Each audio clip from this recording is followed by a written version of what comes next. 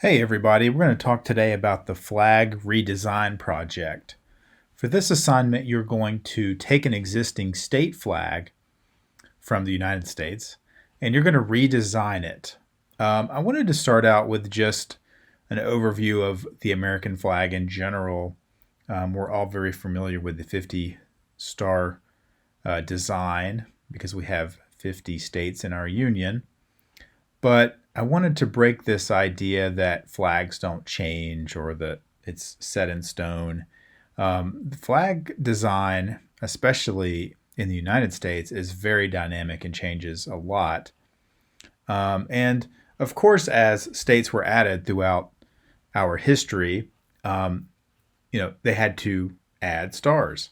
And this led to a lot of creativity with the way that the stars were designed within the blue portion of the flag. So a lot of these stars, American flags, uh, the stars were radial. They made other symbols of stars, had what appear to be almost kind of random design.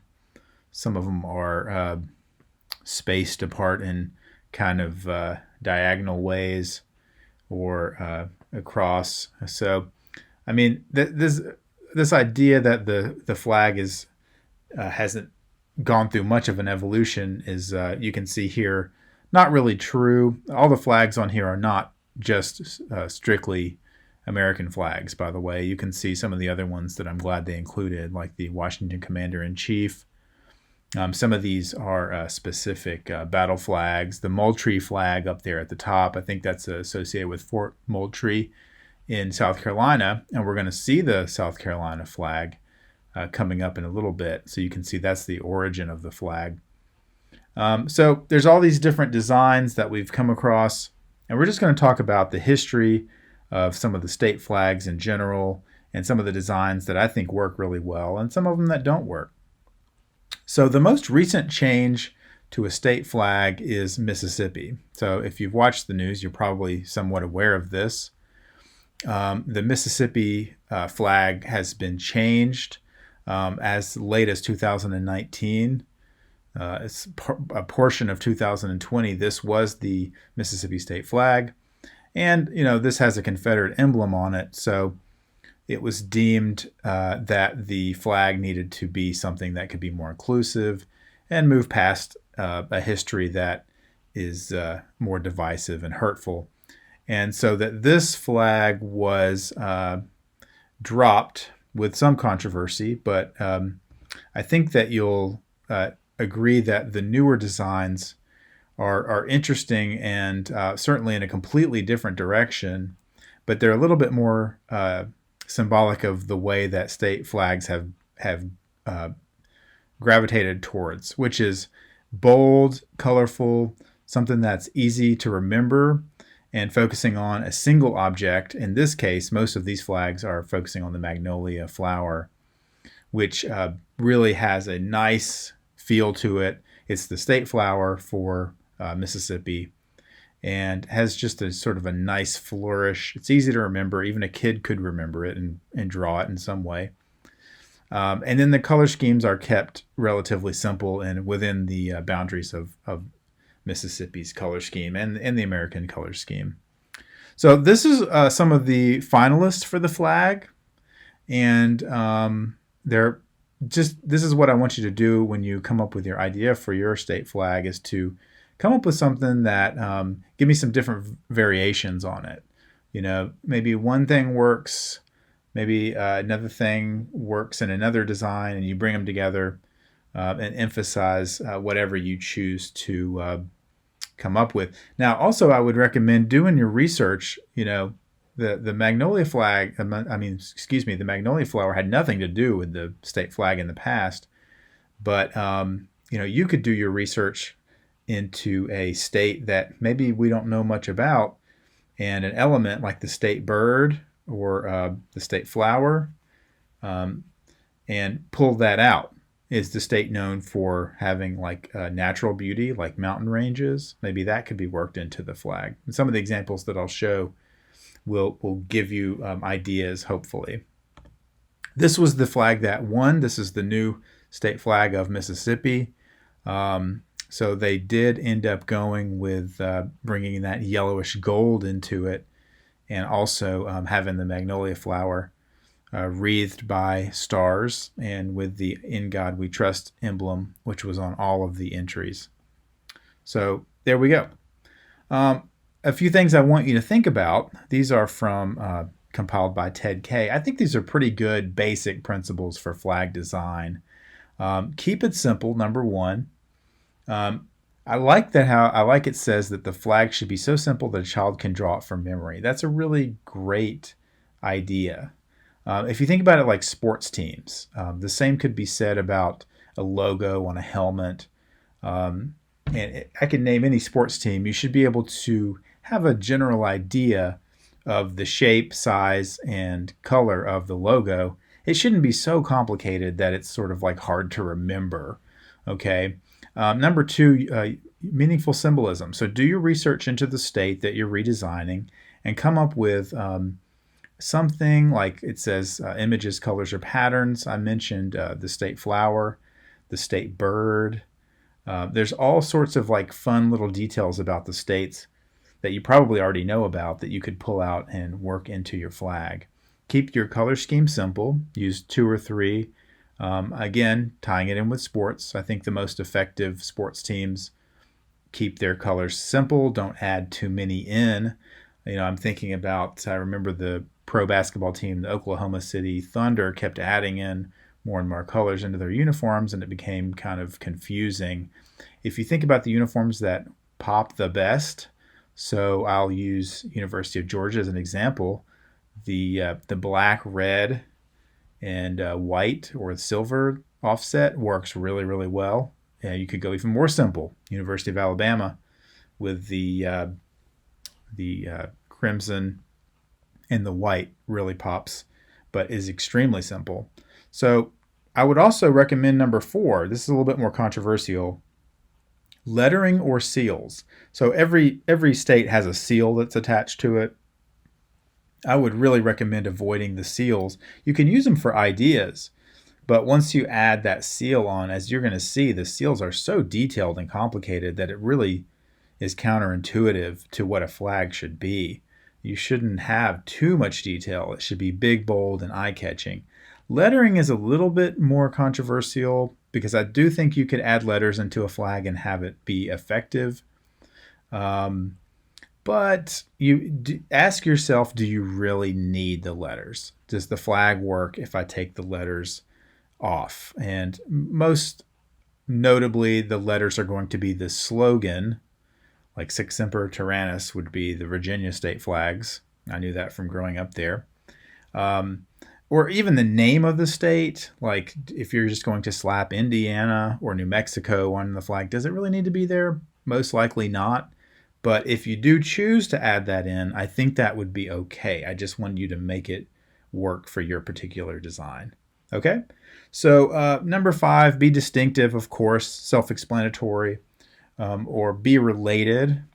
So avoid just copying a flag, but also it's okay to use some sort of connection to another flag that you know about, or even tying in with the American flag in some ways. So the state flag of Texas, which I don't have in here in my slideshow, it has the same color scheme, and it just focuses on the one big white star. So it sort of ties in with the American flag, but it's also its own distinctive thing. You would instantly recognize it as an American-related flag. So I'm going to show you a few state flags that caught my eye, I think are very distinctive. And then I'm going to end with a few flags that I don't think work very well. You can make your own mind up. Of course, you can just search for state flags and easily find all 50 of them. I'm just wanted to pick out a few that I think are worth discussing. Number 1 here, you probably know this one if you live in the Southeast. This is the South Carolina state flag. It's got the crescent moon and the palm tree. It's very, very distinctive. One of the things that I think is really nice about a good state flag is that it's solid marketing for the state. So if you've been to Charleston or if you've been to Sullivan's Island or anywhere around South Carolina, you're going to see this flag. It's on stickers. People have it on emblems, T-shirts, hats. It's a very, very recognizable flag. I believe it goes back to Fort Moultrie, which is on Sullivan's Island, and it's started out as the flag of that particular fort. Really distinctive, interesting, a little bit mysterious. People want to know more about it. But notice how simple it is. Like, it has a very minimal color scheme. All it is blue and white. And the icons are not overly designed. There's no letters on here that we don't need. There's no state seal. It's just real graphic and has a lot of impact. Another one that would fit the same bill would be the state of Colorado's flag. I've been to Colorado a few times. My brother lives there, and this flag is everywhere. They love this flag in Colorado. You can see it on stickers. I think my brother got me a shirt that has this emblem on it. They love this flag in Colorado, and it's a solid flag. It works really well. I like the color scheme. It stands out. But again, notice how simple it is. There's nothing on here that's overly crowded or complicated, and we're going to see some other flags where they definitely make that mistake. And you can't get much more minimal than this. This is the state of New Mexico's flag. It sort of fits in with the state's emphasis on Native American history, sort of like a design that you might find in a petroglyph. I'm not actually sure what the origin of the original icon is, but again, I've been to New Mexico. You'll see this everywhere. I love the bold use of yellow and red, just really popping off the canvas there. Works really, really well. Minimal but effective. Okay, similar, keeping it in the Southwest. This is Arizona's flag. It looks a little bit, I guess you could almost say a little too bold, but it does have a nice impact to it. I've seen it criticized for being a little bit like militaristic, I would guess would be the word, and doesn't really have a state flag look to it. I think it's sort of effective. The only criticism that I would say would be maybe too many colors. You've got yellow, orange, red, and blue. It's a little bit much. I mean, maybe that orange star could be white and just give a little bit of negative space within the composition to give the eye somewhere to rest. But it's worth discussing because it's such a unique flag. So I pulled Indiana's. I don't know about this one. I saw some best of lists, and Indiana was around the middle.